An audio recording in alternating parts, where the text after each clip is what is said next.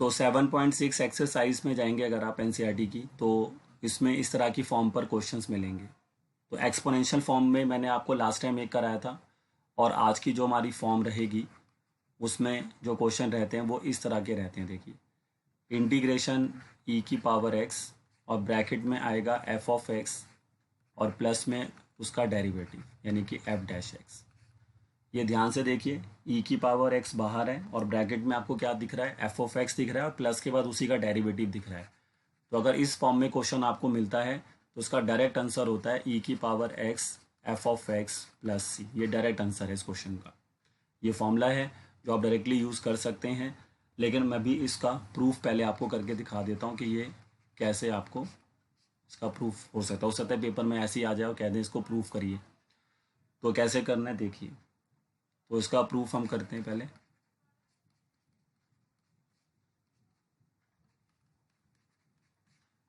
देखिए, इसका प्रूफ करने के लिए हम इसके दो इंटीग्रेशंस बना लेंगे।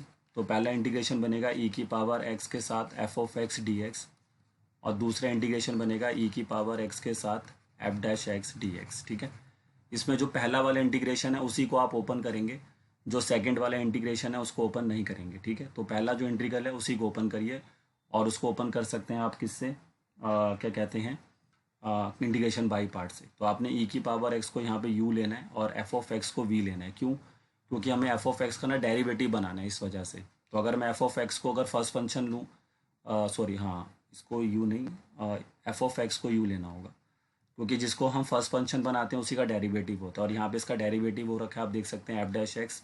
तो एफ ऑफ एक्स को हम अपना फर्स्ट फंक्शन बनाएंगे और ई की पावर एक्स को हम सेकंड फंक्शन बनाएंगे। तो एफ ऑफ एक्स को अब हम बाहर रख देंगे इंटीग्रेशन से पहले।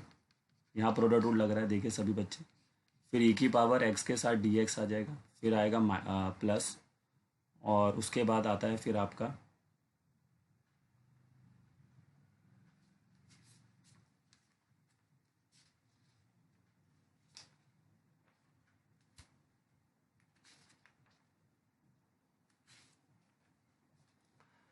ठीक है। तो उसके बाद यहाँ पर आ जाएगा माइनस, और माइनस के बाद आ जाएगा D by D x of किसका, एफ ऑफ एक्स का।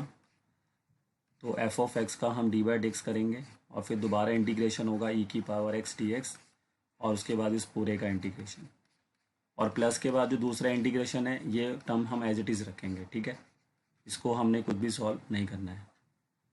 अब ई की पावर एक्स का इंटीग्रेशन तो ई की पावर एक्स ही होता है, और उसके साथ आ जाएगा एफ ऑफ एक्स। अगर हम एफ ऑफ एक्स का डेरिवेटिव करेंगे तो बन जाएगा एफ डैश एक्स, और ई की पावर एक्स का इंटीग्रेशन ई की पावर एक्स वापस आ जाएगा और डी एक्स हो जाएगा। तो आप यहाँ पे नोटिस कर सकते हैं जो हमने पहले लिखा था, यहाँ पर ये देखिए, जो पहले लिखा था मैंने ये, और जो मैंने उसके बाद लिखा है ये दोनों चीज़ें सेम ही हैं, बस यहाँ ये माइनस में और यहाँ ये प्लस में है। तो उसकी वजह से होगा क्या कि यहाँ पे साथ में प्लस सी भी आएगा, मतलब कि इधर से, तो वो चाहें तो आप इसके साथ में लिख सकते हैं। तो ये दोनों आपस में कैंसिल हो जाएंगे देखिए, और जैसे ये दोनों आपस में कैंसिल हो जाएंगे, और जो फाइनल आंसर है देखिए आपका क्या आएगा, ई की power x f of x plus का सी। तो यही देखिए मैंने ऊपर आंसर लिखा था। तो इस क्वेश्चन का यही खासियत है कि आपको इस बात का यहाँ पे ध्यान रखना है कि अगर कभी भी आपको इस फॉर्म में क्वेश्चन मिलता है, ये देखिए इस फॉर्म में, तो उसके अंदर आपको यही काम करना है कि अगर एफ ऑफ एक्स है और साथ में उसका डेरिवेटिव, अगर आपको मिल रहा है अच्छी बात है, अगर आप नहीं मिल रहा तो आप बना सकते हैं, है ना, दोनों काम पॉसिबल है। तो कैसा होता है, डायरेक्ट मिल जाएगा, और एक हो सकता है थोड़ी सी आपको मैनिपुलेशन करनी पड़े क्वेश्चंस के अंदर, और फिर आप उसका डेरिवेटिव साथ में बना लें, तो डायरेक्ट उसका आंसर आप ये लिख सकते हैं ई की power x f of x. ठीक है, अब ये क्वेश्चन पे ही डिपेंड करता है कि वो कितने मार्क्स का क्वेश्चन है। अगर वो 1 मार्क्स में तो आप डायरेक्ट ये फॉर्मूला लगा दो। अब मान लीजिए वही क्वेश्चन उसने 4 मार्क्स में दे दिया, तो फिर हम डायरेक्टली ये फॉर्मूला नहीं लगा सकते, फिर या फिर हम पहले इस फॉर्मूले को प्रूफ कर देंगे और उसके बाद लगा लेंगे। तो क्वेश्चन के मार्क्स पे डिपेंड करेगा जरूर है आपका ये जो भी चीज़ होगा यहाँ पर। ठीक है, चलिए बताइए सभी बच्चे, ये फॉर्मूला क्लियर हो रहा है सबको विद प्रूफ?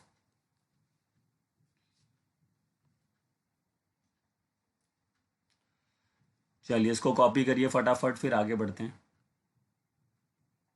इसको कॉपी करिए सभी बच्चे।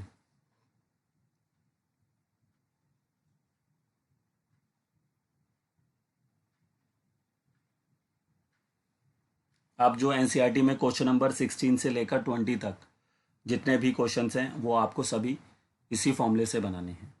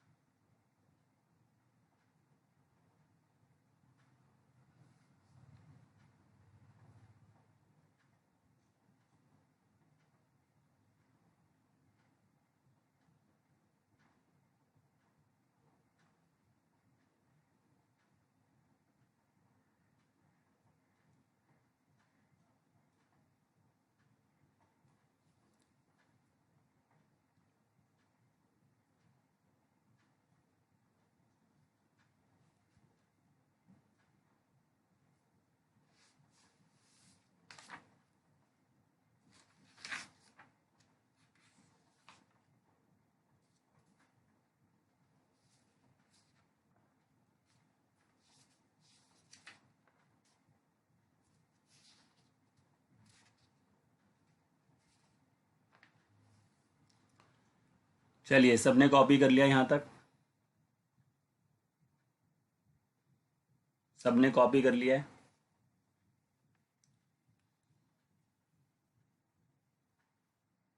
आइए,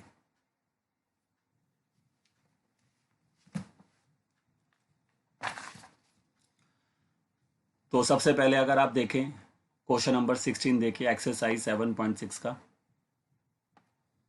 तो क्वेश्चन नंबर 16 में अगर आप देखें सभी बच्चे, तो आपको क्वेश्चन दे रखा है इंटीग्रेशन करना है आपको e की पावर x, यहाँ पे लिखा है साइन x और उसके बाद लिखा हुआ है कॉस x और ब्रैकेट बंद और इंटीग्रेशन। तो आप देख सकते हैं साइन x का डेरिवेटिव कॉस x होता है। ठीक है, फॉर्मूला हमारा ये रहेगा जो मैंने आपको शुरू में बता दिया है, तो वही फॉर्मूला आपको यहाँ पे लगाना है।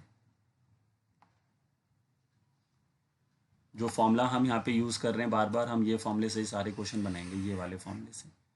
तो फॉर्मूला क्या है, e की पावर x, उसके बाद है f ऑफ x और उसके बाद f डैश x, उसका इंटीग्रेशन करेंगे तो सीधा आंसर लिखेंगे e की power x f of x। ठीक है, और साथ में रहेगा प्लस का c।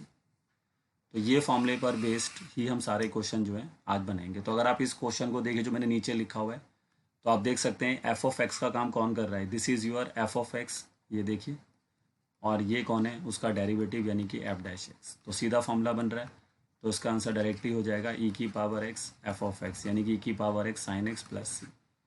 समझ में आ गया होगा सबको। अब क्वेश्चन नंबर 17 देखिए। क्वेश्चन नंबर 17 में अगर आप जाएँ, पहले थोड़ा से जो ईजी वाले हैं वो मैं आपको करा देता हूँ, जो डायरेक्ट डायरेक्ट बन रहे हैं ना। अब उसमें पहले आप क्वेश्चन नंबर 19 देखिए, जो डायरेक्ट बन रहे हैं। फिर मैंने बोला है ना कि ज़रूरी नहीं है कि हर बार आपको डायरेक्टली डेरिवेटिव मिल जाएगा, आपको थोड़ी मेहनत भी करनी पड़ती है। बट अभी मैं डायरेक्ट वाले बता रहा हूँ पहले। तो अब ये देखो, यहाँ पे लिखा है e की पावर x और यहाँ लिखा है 1/x और माइनस में 1/x² dx। तो आप देख सकते हैं 1/x का डेरिवेटिव होता है माइनस का 1/x², तो इसका आंसर सीधा हो जाएगा e की power x into 1/x plus c। ठीक है, तो आप देख सकते हैं सीधे सीधे क्वेश्चन हैं, ऐसा कुछ भी नहीं है कि आपको कुछ ज़्यादा इसमें मेहनत करनी पड़ेगी।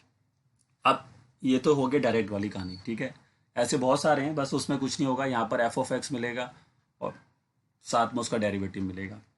लेकिन अगर आप एनसीईआरटी क्वेश्चन नंबर अब 17 देखें, जैसे अब इन क्वेश्चंस में क्या है कि थोड़ा सा हमें मेहनत करनी पड़ेगी। अब जैसे मैं आपको क्वेश्चन नंबर 17 कराता हूँ, तो ये क्वेश्चन भी इसी फॉर्म का ही है, लेकिन उसमें थोड़ा सा अलग दे रखा है। जैसे उसने एक्स दिया है, फिर ई की पावर एक्स दिया है और डिनोमिनेटर में आपको दे रखा है 1+x का होल स्क्वायर। लेकिन अब आप देख सकते हैं कि ये क्वेश्चन इस फॉर्म में नहीं है, तो हमें इस क्वेश्चन को पहले इस फॉर्म में पहुंचाना पड़ेगा।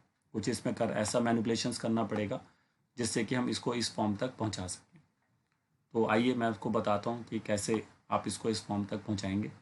देखिए, तो इसमें अगर ज़्यादातर क्वेश्चन जिसमें मैं आपको ये चीज़ करा रहा हूँ, आपको इस पर डिनोमिनेटर पे ही फोकस करना होता है। अब जैसे आपको डिनोमिनेटर में कौन है 1+x है, तो पहले आप कोशिश करिए कि उसी को ऊपर बना लीजिए। जैसे डिनोमिनेटर में आपको 1+x का होल स्क्वायर मिल रहा है, तो आप कोशिश करिए कि जो 1+x है उसको न्यूमिनेटर पे आप डेवलप कर लें। तो वो कैसे हो सकता है, ये देखो, अगर हमारे पास यहाँ पे x है, तो उसमें अगर हम 1 प्लस कर दें और 1 माइनस कर दें, तो हम ऊपर ये 1+x बना सकते हैं। और डिवाइड में आपका 1+x का होल स्क्वायर तो चल ही रहा है।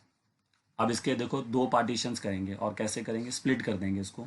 तो एक तो इसको आप ऐसे लिख देंगे, ध्यान से देखो, 1+x के नीचे आप लिख देंगे 1+x का होल स्क्वायर, और माइनस के बाद फिर से लिख देंगे 1+x का होल स्क्वायर।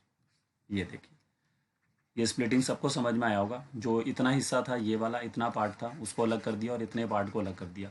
तो 1+x के नीचे 1+x का होल स्क्वायर, और फिर -1 के नीचे, और साथ में आ जाएगा आपका dx। अब इसको थोड़ा सिंप्लीफाई करेंगे तो ऊपर एक स्क्वायर से आपका ये जो 1+x है कैंसिल हो जाएगा, तो यहाँ पर बचेगा e⁻x, और नीचे आ जाएगा 1/1+x, और उसके बाद आ जाएगा 1+x का होल स्क्वायर।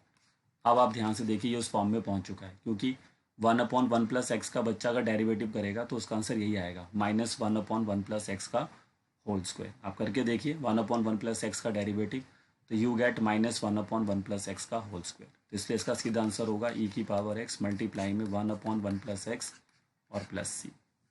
तो शुरू में जो दो क्वेश्चन मैंने बनाए 16 और 19 वो डायरेक्ट थे, लेकिन इस वाले क्वेश्चन में थोड़ा सा हमने मैनिपुलेशन किया, और जो लॉजिक मैं बता रहा हूँ उस पर थोड़ा फोकस करें कि आपको उस पर डिनोमिनेटर पे फोकस करना चाहिए, और डिनोमिनेटर को न्यूमिनेटर में डेवलप करिए, और उसके हिसाब से फिर स्प्लिटिंग करिए, और कोशिश करिए कि उसको उस फॉर्म में वापस कन्वर्ट कर दिया जाए, और ताकि हम उस फॉर्मूले को यहाँ पे लगा सकें। चलिए बताइए सभी बच्चे, क्वेश्चन नंबर 16, 17 और 19 समझ में आ गया? 16, 17, 19 कि कैसे मैंने उसको थोड़ा सा मैनिपुलेट किया है, और उससे फिर हमारा जो भी आंसर है वो आपको यहाँ पे मिल रहा है। ठीक है, कोई भी डाउट अगर किसी बच्चे का है तो वो पूछ सकता है। चलिए 16 और 19 तो आई थिंक लिखने की ज़रूरत आपको है नहीं वैसे, बट आप फिर भी कॉपी कर लो, समझ तो गए थे आप। हाँ, जल्दी लिखिए, पहले 16 और 19 लिखिए, फिर 17 लिख लीजिए उसके बाद।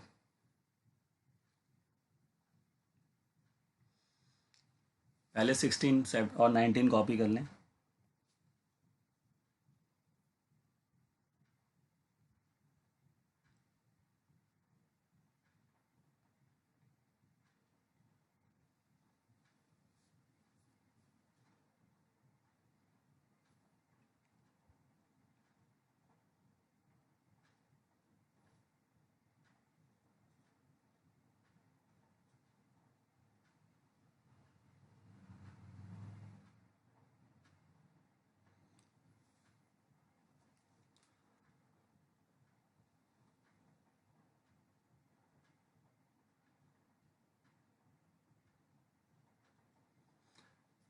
चलिए आई होप 16 और 19 सबने लिख लिया होगा। अब आप 17 कॉपी कर लें, ये आपका 17 है, जल्दी कॉपी करिए।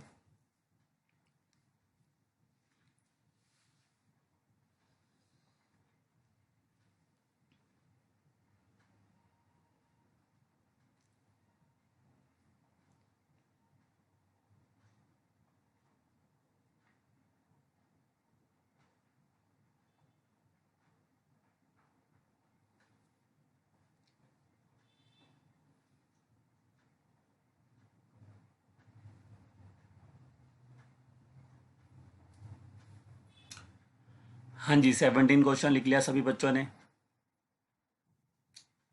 क्वेश्चन नंबर 17 कॉपी कर लिया सबने?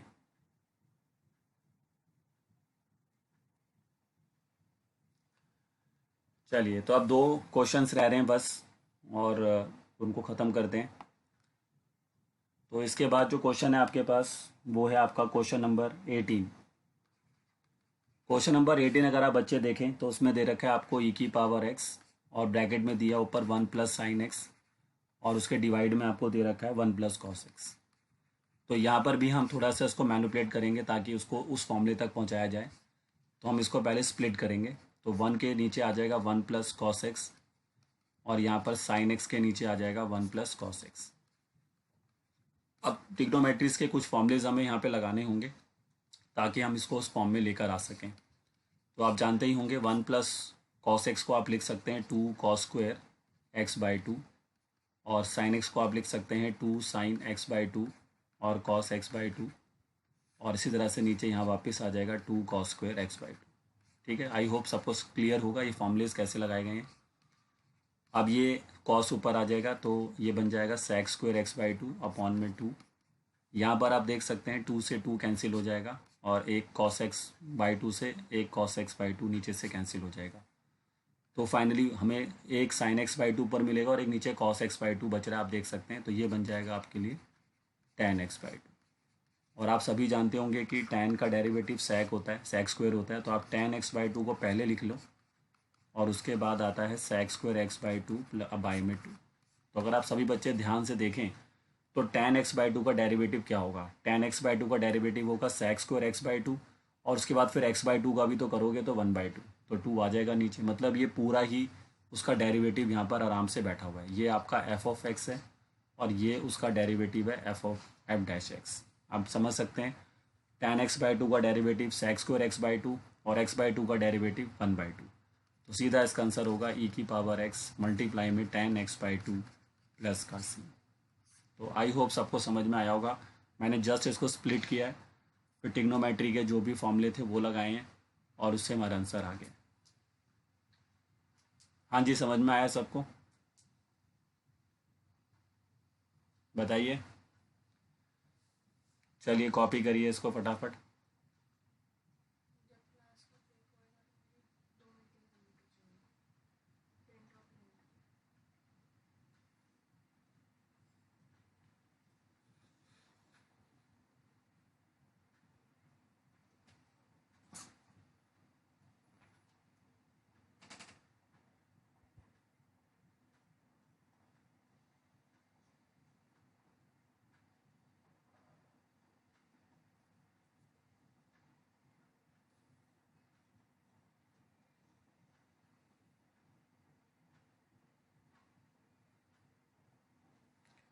तो आप देख ही रहे हैं कि इन क्वेश्चंस को करने का बहुत ही आसान तरीका है। बस थोड़ा सा आपको दिमाग लगाना पड़ेगा कि कैसे उस क्वेश्चन को अपने उस फॉर्म तक पहुंचाया जाए। और इसमें मैंने 2 फॉर्म कराई थी। एक लास्ट टाइम भी मैंने आपको कराई थी जिसमें हम देखते थे कि वो रिपीट होता था बार बार, तो उसको फिर हम आईलेट करते थे। आपको याद होगा मेरा प्रीवियस लेक्चर, आप उसके लिए देख सकते हैं। और आज जो मैं दूसरी एक फॉर्म करा रहा हूँ एक्सपोनेंशियल पे, ये दोनों ही इंटीग्रेशन बाई पार्ट से बनती हैं।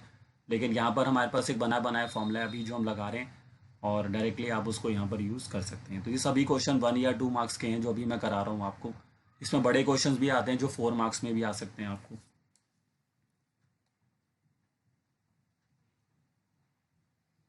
तो इसके बाद अब हमारे पास 19 है, 19 मैंने करा दिया है। अब एक और अच्छा क्वेश्चन यहाँ पे बच रहा है हमारे पास 20।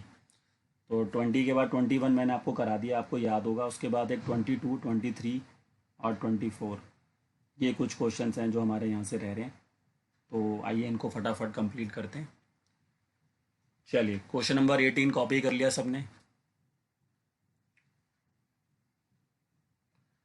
क्वेश्चन नंबर 18 कॉपी कर लिया सबने? चलिए तो अब आइए क्वेश्चन नंबर नेक्स्ट है 19, बट 19 हमने कर लिया था अभी। अब हम बनाएंगे क्वेश्चन नंबर 20।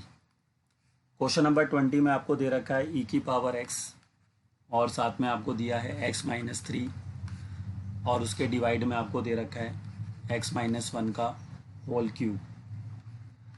तो अभी मैंने जैसा बताया था कि डिनोमिनेटर पे फोकस करिए और उसको ही ऊपर बनाइए। तो जैसे डिनोमिनेटर में आपको x-1 दिख रहा है तो आप कोशिश करें कि आप उसी को ही ऊपर डेवलप कर लें।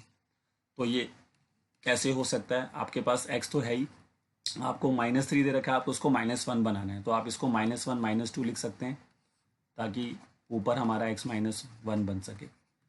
तो आप देख सकते हैं अब इसको फिर से सेपरेट करेंगे तो इतना हिस्सा सेपरेट करेंगे और 2 को अलग से सेपरेट करेंगे। तो ये हो जाएगा e की power x x-1 divided by में x-1 का होल क्यूब और -2 के नीचे फिर से आ जाएगा x-1 का होल क्यूब और dx।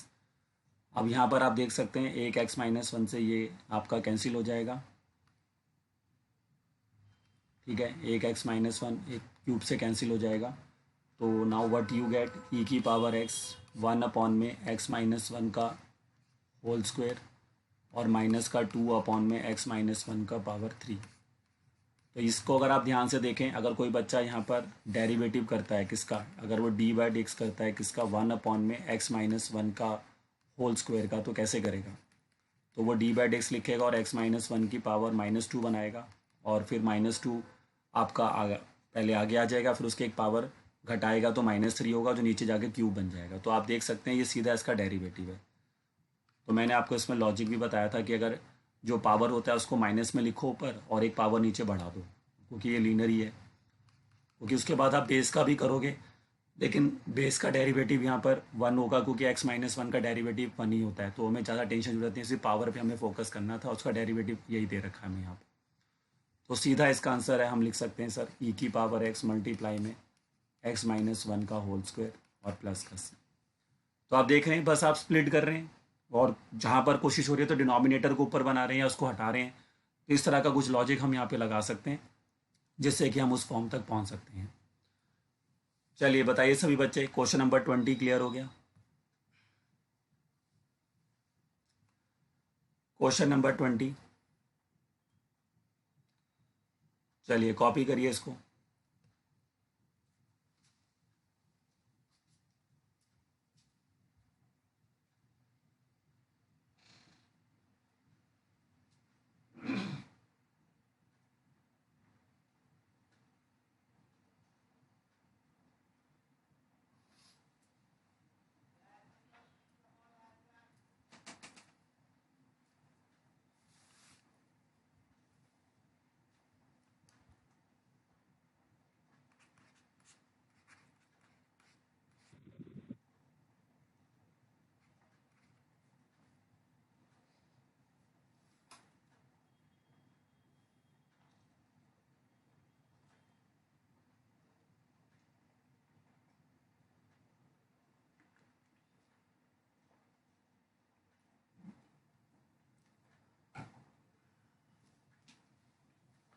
बट इसमें सभी बच्चे ध्यान रखें कि जब भी आप ये फॉर्मूला यूज़ करेंगे तो आपको ये फॉर्मूला साइड में लिखना होगा, इस बात का ध्यान रखिए।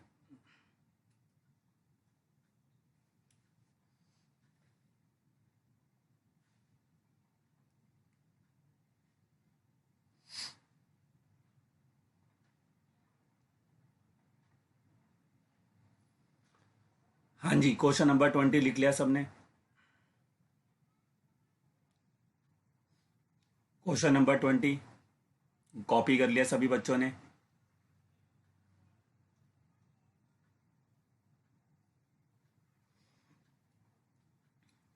क्वेश्चन नंबर 20 सबने लिख लिया है ना?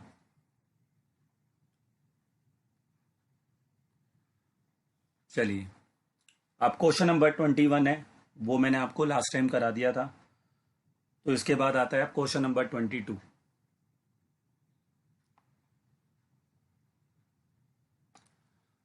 क्वेश्चन नंबर 22 अगर आप देखें तो आपको इंटीग्रेशन करना है साइन इनवर्स 2x अपॉन में 1 प्लस एक्स स्क्वायर। अब ये डिपेंड करता है कि ये क्वेश्चन कितने मार्क्स में है। अगर ये 1 मार्क्स में आता है या 2 मार्क्स में आता है, उसके हिसाब से आंसर देना पड़ेगा। लेकिन अगर आप देखें तो ये सीधा ही फॉर्मूला होता है। अगर आपने सेकंड चैप्टर पढ़ा था एनसीईआरटी में, जो चैप्टर था हमारा फर्स्ट बुक में, इनवर्स ट्रिग्नोमेट्रिक फंक्शंस, तो वहाँ पर आपने फॉर्मूला पढ़ा था सीधा, ये आपको याद होगा। ये डायरेक्ट फॉर्मूला होता है किसका? 2 tan इनवर्स एक्स का। 2 tan इनवर्स एक्स के 3 फॉर्मूले होते थे, तो उसमें से एक फॉर्मूला ये भी था, साइन इनवर्स अपॉन में 2x अपॉन में 1 प्लस एक्स स्क्वायर। तो ये फॉर्मूले का डायरेक्ट हम यहाँ यूज़ कर सकते हैं।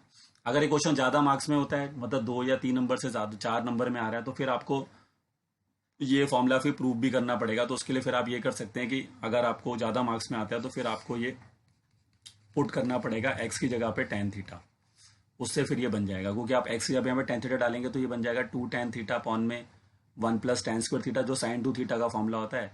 तो फिर साइन से साइन इनवर्स कैंसिल हो जाएगा, और नहीं तो फिर अगर कम मार्क्स में तो डायरेक्टली आप ये फॉर्मूला लगा सकते हैं। तो सीधा इसकी जगह पर अब आप लिख सकते हैं 2 tan इनवर्स एक्स, और उसके बाद आ जाएगा यहाँ पे dx। अब 2 को आप बाहर कर देंगे और इंटीग्रेशन आपको करना होगा सिर्फ tan इनवर्स एक्स का। तो tan इनवर्स एक्स का इंटीग्रेशन तो आप डायरेक्ट भी कर सकते हैं, यहाँ पे जरूरी नहीं है कि आपको x की जगह पे tan थीटा डालना हो। तो उसके लिए फिर आप क्या करेंगे कि जो आपका 1 होगा उसको हम ले लेंगे क्या? Second function. तो ये u हो जाएगा और ये v हो जाएगा। उसके बाद फॉर्मूला लगाइए, बस सीधा आंसर आ जाएगा, ये देखिए।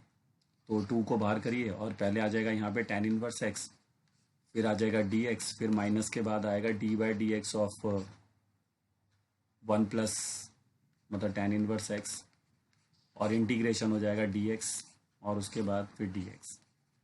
तो ये हो जाएगा 2, और ये हो जाएगा x tan इनवर्स x, और tan इनवर्स x का डेरिवेटिव होता है 1 अपॉन 1 प्लस एक्स स्क्वायर। और dx का x आ जाएगा और साथ में dx फिर से। अब आप देख सकते हैं कि 1 + x² का जो डेरिवेटिव होता है वो होता है 2x, तो उसको हम यहाँ पे बना सकते हैं। तो उसको बनाने के लिए हम इसको x tan इनवर्स x रखेंगे और 2 से मल्टीप्लाई डिवाइड करेंगे, तो ऊपर 2x आ जाएगा और नीचे हो जाएगा 1 + x² dx। अब इसका डेरिवेटिव सीधा ऊपर आ गया, तो आप इसको लॉग में लिख सकते हैं। तो ये हो जाएगा आपके लिए log 1 + x² का मॉडुलस प्लस c। तो इस तरह से आप इस क्वेश्चन को इजीली बना सकते हैं। चलिए बताइए सभी बच्चे, क्वेश्चन नंबर 22 क्लियर हो गया सभी को? Sine inverse 2x upon 1 + x² की जगह पे मैंने 2 tan इनवर्स x लिख दिया और उसके बाद tan इनवर्स x को फर्स्ट फंक्शन ले लिया, सेकंड फंक्शन 1 लेके उसको सॉल्व कर दिया। ठीक है, तो ये समझ में आई गया आपको? आप इसका स्क्रीनशॉट ले लो, वही सफिशिएंट है आपके लिए, क्योंकि पहले भी हमने tan इनवर्स x का डेरिवेटिव तो कराई और इंटीग्रेशन तो किया ही होगा, क्योंकि 7.6 में पहले भी ऐसे काफ़ी क्वेश्चंस हैं। तो आप इसका स्क्रीनशॉट ले लीजिए।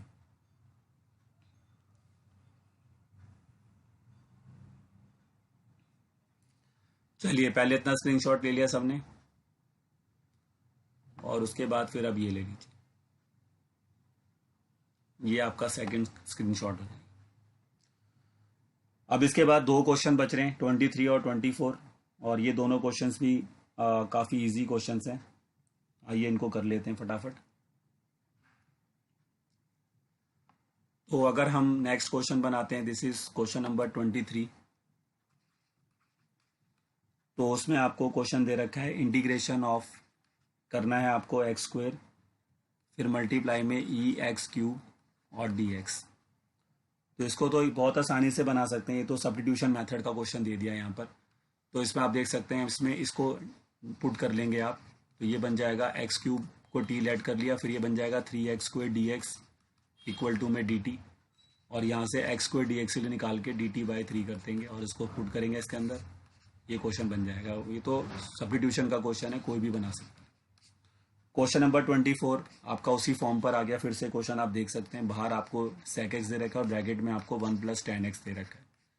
तो अगर आप इस sec x को अंदर भेज दें, ब्रैकेट से मल्टीप्लाई कर दें, तो ये हो जाएगा sec x + sec x tan x, और आप देख सकते हैं sec x का डेरिवेटिव होता है sec x tan x, तो आप इसका आंसर आ जाएगा e⁻x sec x + c।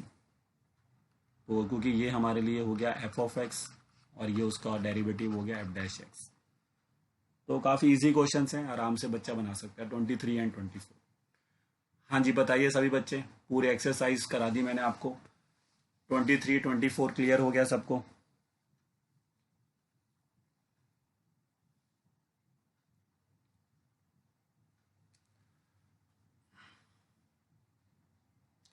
Twenty three question में तो हमने सीधा सब्स्टिट्यूशन किया है भाई, x³ को t ऐड कर दिया ना बस।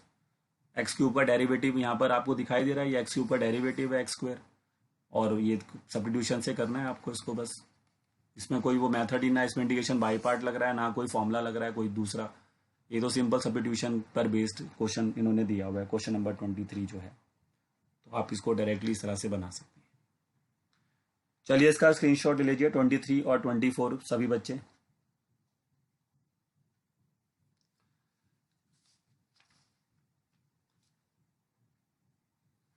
तो देखिए अब इस तरह से हमारी एक्सरसाइज 7.6 ख़त्म होती है। अब इनडेफिनेट इंटीग्रेशंस में जितना भी इंपॉर्टेंट चीज़ें थी वो मैंने आपको सभी यहाँ पर करा दी हैं। अब इसके बाद जो अगली एक्सरसाइज है वो भी इनडेफिनेट पर ही है, लेकिन वो इस ईयर, मतलब अगर आप 2020 से 2021 का जो बैच है, इस बैच के लिए उन्होंने ये वाली फॉर्म को इस बार इस सिलेबस से बाहर कर दिया है। लेकिन अगर आप उसके क्वेश्चन देखें तो आप वो आसानी से बना सकते हैं, क्योंकि वो भी याद है जो हमने एक 7.4 एक्सरसाइज बनाई थी जिसके अंदर हमने 6 फॉर्मूले यूज़ किए थे, तो वैसे ही आप इनको भी कर सकते हैं। ये जो क्वेश्चंस हैं ये भी वैसे ही बनते हैं, बस फ़र्क इतना है कि इसमें आप न्यूमिनेटर में आपको चीज़ें ना मिलकर डिनोमिनेटर में ना मिलकर न्यूमिनेटर में वो चीज़ें आपको दिखाई देंगी। तो इनके भी अलग से फॉर्मूले होते हैं, अगर आप वहाँ पर जाएंगे तो एक्सरसाइज से ठीक पहले आपको वो फॉर्मूले जो हैं वहाँ पे मिल जाएंगे, और उन फॉर्मूलों को फिर अगर आप डायरेक्टली यूज़ करें, बट कॉन्सेप्ट वही है कि आपको जैसा आपने सुपर 6 के फॉर्मूलों में किया था, वहाँ 6 फॉर्मूले थे ना आपके पास, तो वैसे ही अब यहाँ पर आपको 3 फॉर्मूले जो हैं और मिल जाएंगे। तो वो फॉर्मूले वहाँ से देखिए और उसको डायरेक्टली फिर आप लगा सकते हैं और उस पर बेस्ड जो भी क्वेश्चंस हैं वो आप बना सकते हैं।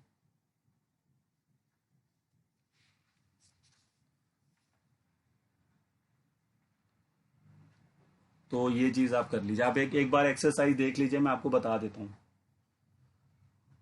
वैसे ये इस साल तो कोर्स में नहीं है।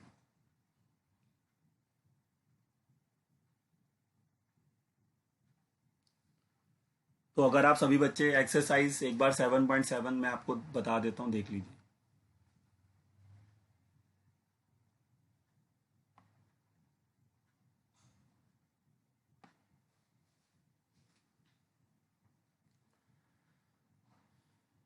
तो एक्सरसाइज जो आपकी कौन सी है, ये 7.7 है।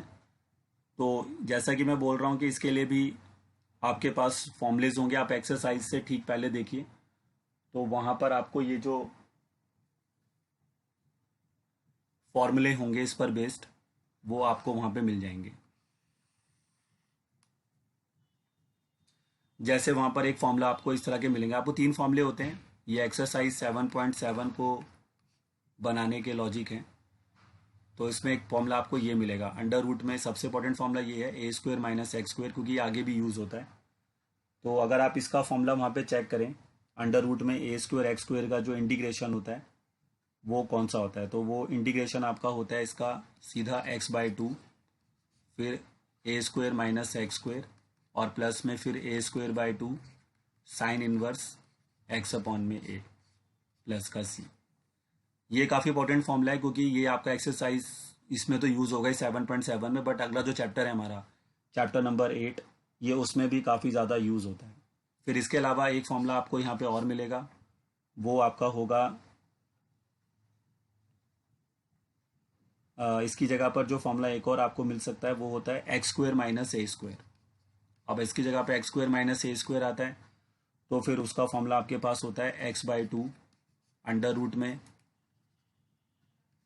x² - a², और उसके बाद आएगा फिर माइनस का a²/2 और लॉग के अंदर आपको मिलेगा x प्लस अंडर रूट में x² - a² प्लस का c। और आखिरी फॉर्मूला जो यहाँ पर आपका यूज़ होगा वो होता है आपका x² + a²। ये 3 और फॉर्मूले, आफ्टर दैट 6 फॉर्मूलेज। वो आपने देखा होता है डिनोमिनेटर में थे, ऐसे थे 1 में अंडर रूट में a² - x²। ये न्यूमिनेटर में चल रहे हैं और सारे क्वेश्चन भी आपको इसी फॉर्म में यहाँ पे दिखाई देंगे। तो वो भी आपको इसी तरह से ही बनाने हैं। तो इसका फॉर्मूला अगर आप देखें तो दिया होगा x/2 अंडर रूट में फिर x² + a², उसके बाद आएगा प्लस में a²/2 और फिर आ जाएगा लॉग x प्लस में अंडर रूट में x² + a²। तो ये आप यहाँ पर फॉर्मूला जो है इसको बनाने के लिए यूज़ कर सकते हैं। तो ये 3 फॉर्मूले आपको और याद रखने, अगर आपको एक्सरसाइज 7.7 जो कि इस साल कोर्स में नहीं है, ये तो सिर्फ आपके नॉलेज के लिए मैं बता रहा हूँ कि अगर आप करना चाहें तो ये इस तरह से कर सकते हैं। लेकिन उनको बनाने का तरीका बिल्कुल सेम है। जो आप कंप्लीटिंग द स्क्वायर मेथड ऊपर लगा नीचे लगा रहे थे ना पहले, बिल्कुल वैसे ही आपको ऊपर करना है, सेम लॉजिक के साथ चलना है, और उससे फिर आप इसको एक्सरसाइज के सारे क्वेश्चंस बना सकते हैं। तो ये काम आप कर सकते हैं यहाँ से, ठीक है। तो करके देखिए, कोई दिक्कत आपको होगी नहीं, आराम से आप जो है इसके ऊपर बेस्ड जो क्वेश्चंस होंगे वो आप कर सकते हैं फिर यहाँ से। इस एक्सरसाइज का 7.7 का, तो वो आपको दे रखा है इंटीग्रेशन ऑफ x² प्लस में 4x प्लस का 6। तो कंप्लीटिंग द स्क्वायर का लॉजिक जो मैंने बताया था वही लगना है, बट उसके लिए वही ध्यान रखना है कि coefficient of x² must be positive और उसके साथ साथ वो 1 होना चाहिए। तो यहाँ पर आप देख सकते हैं कॉफिशिएंट ऑफ x² पॉजिटिव भी है और 1 भी है। तो उसके बाद क्या स्टेप होता था आपको याद होगा, जो कॉफिशिएंट ऑफ x होता है उसको 2 से डिवाइड करेंगे और उसका स्क्वायर कर देंगे, और स्क्वायर करके एक बार उसको ऐड करेंगे और एक बार सब्ट्रैक्ट कर देंगे। यही लॉजिक था, आपको ध्यान होगा। और उसके बाद ये x² + 4x + 4 जो दिख रहा है ये पूरा फॉर्मूला बन जाएगा। तो ये हो जाएगा x + 2 का होल स्क्वायर। आई होप सबको समझ में आ रहा होगा। ये 3 फॉर्मूले में चले गए। और उसके बाद फिर -4 + 6 को आप क्या लिख सकते हैं, प्लस का 2 और dx आ जाएगा। और उसके साथ फिर अगर आप इसका फाइनल इंटीग्रेशन करेंगे तो ये बन जाएगा x+2 का होल स्क्वायर और प्लस में फिर √2 का होल स्क्वायर। उसके बाद फिर आप देख लीजिए कि कौन सा फॉर्मूला यहाँ पे लगेगा। तो अभी जो फॉर्मूला आपको ऊपर दिख रहा है, थर्ड फॉर्मूला दिख रहा होगा सभी को, ये जो मैंने फॉर्मूला ऊपर दिख रहा है यही फॉर्मूला यहाँ पे लगेगा। तो x का काम आपके लिए x+2 कर रहा है और a का काम आपके लिए √2 कर रहा है। तो x की जगह पर आप लिखेंगे x+2, फिर बाय में 2, नीचे फिर आगे x+2 का होल स्क्वायर हो जाएगा और प्लस में √2 का होल स्क्वायर हो जाएगा। उसके बाद a की जगह पे फिर √2 आएगा, उसका स्क्वायर हो जाएगा अपॉन में 2, फिर आ जाएगा लॉग, फिर x की जगह पर x+2 आ जाएगा, जहाँ जहाँ पर x है उसके पे x+2 लिखना होगा, और फिर x+2 का होल स्क्वायर आ जाएगा, फिर √2 का स्क्वायर आ जाएगा और प्लस का c। ये देखिए बस क्वेश्चन खत्म हो गया। तो लॉजिक वही है, सिंपल लॉजिक है। जो काम आप पहले डिनोमिनेटर में कर रहे थे वही काम आपको न्यूमिनेटर में करना है। और इसमें एक फॉर्म तो ये रहेगी और एक फॉर्म इसमें और भी आती है, वो फॉर्म आपकी फिर ये वाली होती है। देखो अब इसमें एक फॉर्म, दूसरी फॉर्म ये आती है कि बाहर आपको लीनियर देगा और अंडर रूट में फिर आपको क्वाड्रेटिक इक्वेशन दे देगा और dx। तो ये वाली फॉर्म जैसे हमने पहले क्या बना रहे थे, हम लीनियर बाय रूट क्वाड्रेटिक बना रहे थे। अब ये क्या है, लीनियर में रूट क्वाड्रेटिक, लेकिन ये डिनोमिनेटर में नहीं है, न्यूमिनेटर में चला गया रूट क्वाड्रेटिक। तो इसको करने का लॉजिक भी वही है जैसे आप वहाँ करते थे। तो कैसे करते थे याद है, पहले लीनियर को यहाँ लिखते थे, फिर उसके बाद a बनाते थे, फिर d/x करते थे किसका, क्वाड्रेटिक इक्वेशन का, और उसके बाद प्लस में b आता था। तो सेम इसी लॉजिक से आपको यहाँ पे भी इसको बनाना है। फिर आपको याद होगा a और b फाइंड करना होता था, फिर उसको पुट करते थे और सॉल्व कर लेते। जैसे मैं आपको इसका एक क्वेश्चन जो है करके दिखा देता हूँ। ये अब जैसे वैसे तो इसने नहीं आना है, बट आगे के लिए अगर कभी आप एंट्रेंस देंगे, कुछ देंगे, तो शायद इस तरह क्वेश्चन आपको मिल जाए।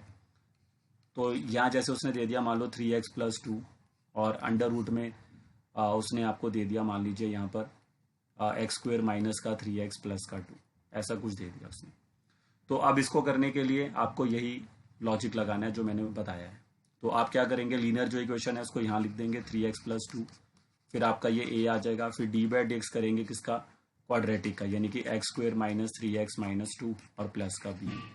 फिर उसके बाद ये आपका 3x+2 रहेगा और इसका डेरिवेटिव आपके लिए आ जाएगा 2x माइनस 3 और प्लस का b। इसको बना लेंगे फिर फर्स्ट इक्वेशन। अब याद है यहाँ से फिर हम कॉफिशिएंट ऑफ x और x² को कंपेयर करेंगे। तो इधर से आपको मिलेगा 3x+2, फिर ये हो जाएगा 2ax माइनस का 3a और प्लस का b।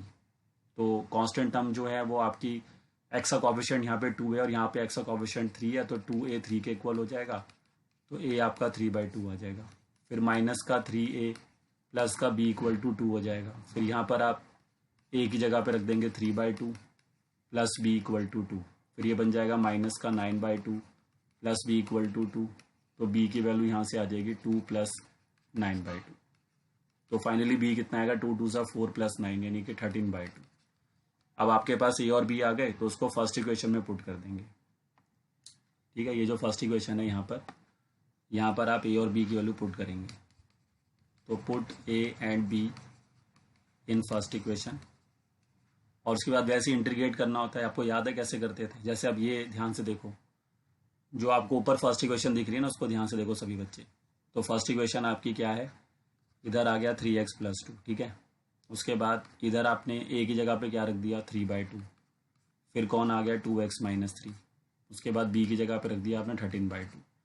अब उसके बाद आपको अगला स्टेप यहाँ पे क्या करना है कि जो रूट वाली टर्म थी, याद है ना, वहाँ पे इस रूट वाली टर्म से हम डिवाइड करते थे जब ये डिवाइड में होता था, लेकिन क्योंकि रूट वाली टर्म मल्टीप्लाई में, तो आपको ये अंडर रूट में क्या है, x² माइनस 3x माइनस 2, इससे पूरी इक्वेशन को मल्टीप्लाई करना पड़ेगा। तो ये बन जाएगी अब 3x+2 और अंडर रूट में यहाँ पे आ जाएगा x² माइनस 3x माइनस 2 और dx करके इसका इंटीग्रेशन। फिर यहाँ पर भी 3/2 को बाहर करेंगे, ठीक है, और जैसे यहाँ पे 3/2 को बाहर करेंगे तो ये हो जाएगा 2x माइनस 3 और अंडर रूट में यहाँ भी मल्टीप्लाई होगा ये x² माइनस 3x माइनस 2, फिर इसका इंटीग्रेशन, फिर ये 13/2 आ जाएगा और उसके बाद इधर भी आ जाएगा ये वैल्यू x² माइनस का 3x माइनस 2, फिर ये dx हो जाएगा। तो अब तुम्हें यहाँ पे क्या करना है, इसका डेरिवेटिव तो साथ में पड़ा हुआ है, ये देखो जो रूट में वैल्यू आपको दिख रही है सारी, इसका डेरिवेटिव आपको यहाँ मिल जाएगा, इसका डेरिवेटिव। तो वो तो आप इसको सब्स्टिट्यूट कर लेंगे तो उससे बन जाएगा। और ये जो इधर वाला पार्ट है, ये वाला पार्ट, इसको आपको कंप्लीटिंग द स्क्वायर से बनाना पड़ेगा। तो इसको आप क्या लेंगे, I1, और इसको क्या लेंगे आप I2। बिल्कुल वैसे ही करना है जैसे वहाँ किया था।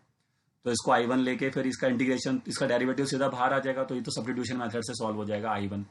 और जो I2 होगा उसमें पूरा आपको कंप्लीटिंग द स्क्वायर फिर से लगाना पड़ेगा, जैसे मैंने ऊपर लगाया था, और फिर कोई ना कोई फॉर्मूला वहाँ पे लग जाएगा तीनों में से और आपका आंसर आ जाएगा।